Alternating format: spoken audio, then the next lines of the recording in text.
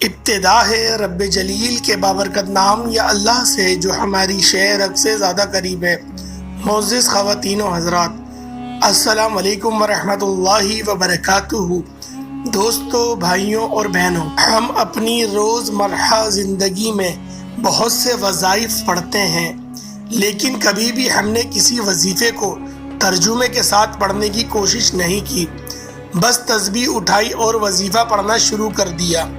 ہمیں یہ نہیں پتہ ہوتا کہ اس وظیفے کا مطلب کیا ہے، جس وظیفے کو ہم نے ورد زباں بنایا ہے۔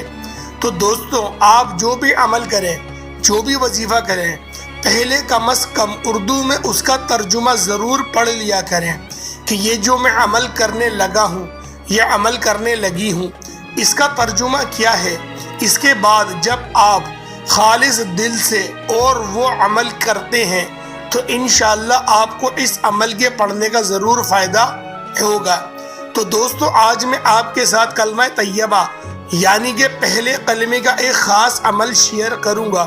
دوستو، کلمات یعنی کہ کلمہ طیبہ اسلام کی بنیادوں میں سے ایک بنیاد ہے، بلکہ یوں کہیں کہ کلمہ طیبہ اسلام کی کنجی ہے، اسلام کا پہلا رکن ہے۔ کلمہ طیبہ لا الہ الا اللہ محمد الرسول اللہ، یعنی کہ اس بات کا اقرار کرنا کہ اللہ تعالیٰ کے سوا کوئی معبود نہیں اور حضرت محمد صلی اللہ علیہ وآلہ وسلم اللہ تعالیٰ کے رسول ہیں۔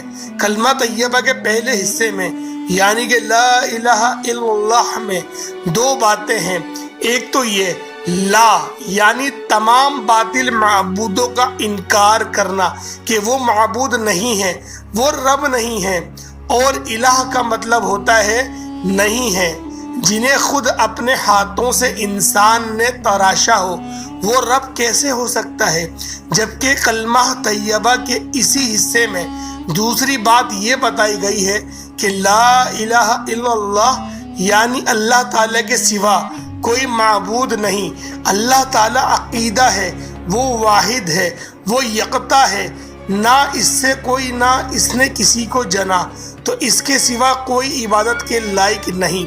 اور پھر کلمہ طیبہ کا دوسرا حصہ محمد صلی اللہ علیہ وآلہ وسلم، اس حصے میں یہ بات واضح طور پر بیان کی گئی ہے، نبی کریم صلی اللہ علیہ وآلہ وسلم اللہ تعالیٰ کے رسول ہیں۔ تو دوستو، بھائیوں اور بہنوں، کلمہ طیبہ کے بہت سے فضائل ہیں۔ کلمہ طیبہ پڑھنے سے بہت سی مصیبتیں ٹل جاتی ہیں، اللہ رب العزت بہت سی آسانیاں پیدا کر دیتا ہے، اور سب سے بڑی بات یہ ہے کہ کلمہ طیبہ پڑھنے والے کو اللہ رب العزت انعام کے طور پر جنت عطا فرماتا ہے۔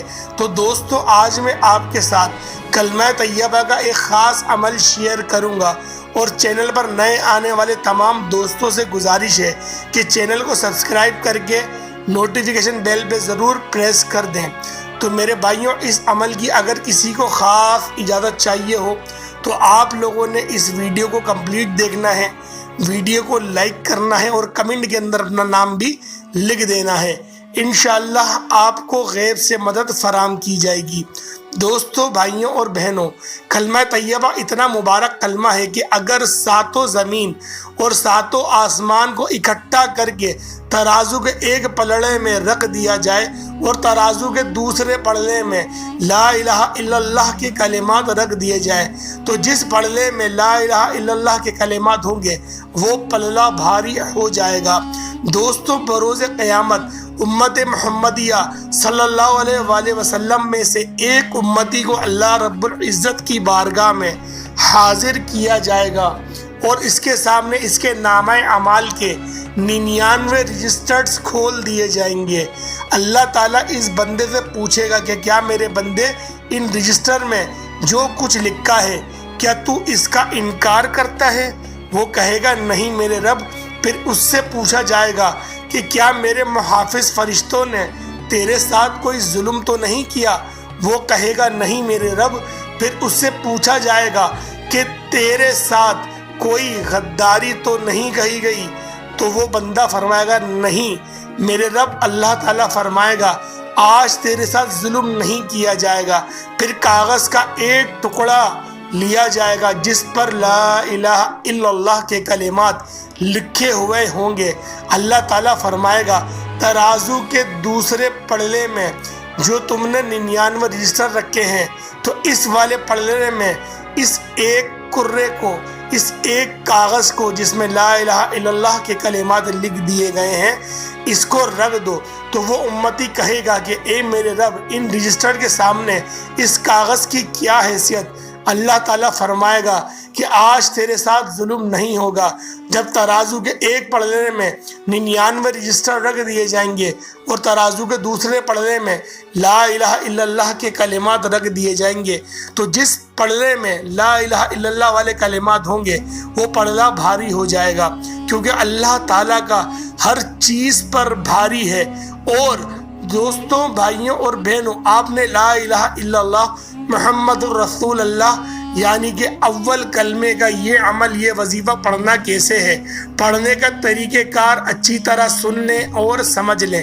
دوستو، آپ کی جتنی بھی خواہشات ہیں، آپ کے جتنے بھی حاجتیں ہیں جو آج تک پوری نہیں ہوئی، یا پھر آپ لوگ مقروض ہیں، قرض کے دلدل میں ڈوب چکے ہیں، یا پھر رزق کی تنگی اور نوکری کی تلاش میں ہیں، اچھے رشتوں کی تلاش میں ہیں، یعنی کہ جو بھی آپ کا مقصد ہے، جو بھی آپ کی حاجت ہے، اس کا آپ نے تصور کر لینا ہے، اور روزانہ فجر ادا کرنے کے بعد، فجر کی نماز پوری پڑھنے کے بعد، اول آخر آپ لوگوں نے 3 مرتبہ درود ابراہیمی پڑھ لینا ہے۔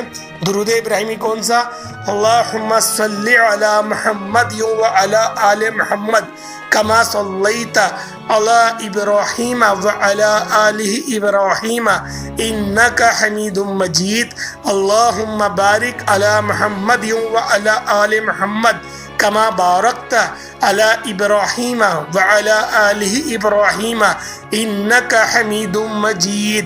اس کو آپ لوگوں نے اول آخر 3 بار پڑھ لینا ہے، اور درمیان میں لا الہ الا اللہ محمد الرسول اللہ اس کلمہ مبارک کو 313 کی تعداد میں پڑھ لینا ہے۔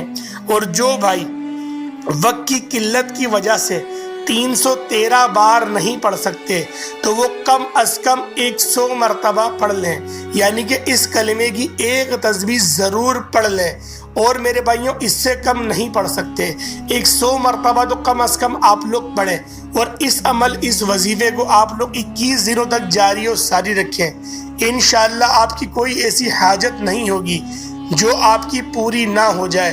اور کوئی شخص اگر اپنی پوری زندگی میں، اپنی زندگی کے اندر پورا 1,25,000 مرتبہ اس کلمات کو پڑھ لیتا ہے تو اللہ پاک اس کی مکمل بخشش فرما دیتے ہیں، اور جنت میں اس کو محل بھی تعمیر شدہ ملے گا، اور اس کے علاوہ اس کو مرتے وقت یعنی کہ کلمہ طیبہ بھی نصیب ہو جائے گا۔ اور اگر آپ کے کوئی مرحومین ہیں، آپ اپنے والد کے لیے یہ عمل کرنا چاہتے ہیں، آپ اپنی والدہ کے لیے کرنا چاہتے ہیں، تو 1,25,000 مرتبہ پڑھ کر ان پر دم کر دیں، یعنی کہ ان کو ایصال ثواب کر دیں۔ تو میرے بھائیوں، اس کا آپ کو کیا اثر ملے گا؟ میرے بھائیوں، آپ کے والدہ کے یا پھر آپ کے والد کے درجات میں اللہ پاک بے شمار کی بلندیاں عطا فرمائے گا، اور ان کے لباس کو جنتی لباس سے تبدیل فرمائے گا، اور ان کا چرچا بھی فرشتوں میں فرمائے گا، بشرط ان کا خاتمہ بالخیر ہوا ہو، یعنی کہ ایمان کے ساتھ اس فانی دنیا سے اگر انہوں نے کوچ کرا ہے تو یہ ساری بھلائیاں ان کو نصیب ہوں گی۔ اللہ پاک یہ عمل، یہ وظیفہ مجھے بھی کرنے کی توفیق عطا فرمائے، اور ہمارے جتنے بھی مرحومین ہیں جو اس فانی دنیا سے انتقال کر گئے ہیں، اللہ پاک ان سب کی کامل مغفرت فرمائے، جنت الفردوس میں اعلیٰ سے اعلیٰ مقام عطا فرمائے۔ اللہ پاک ان کی قبر کو تحد نظر تک وسیع فرمائے، نبی پاک کی پہچان میں آسانی فرمائے، قبر کے جو معاملات ہیں، جو اس کے منزلات ہیں، ان سب میں آسانیاں فرمائے۔ السلام علیکم ورحمۃ اللہ وبرکاتہ۔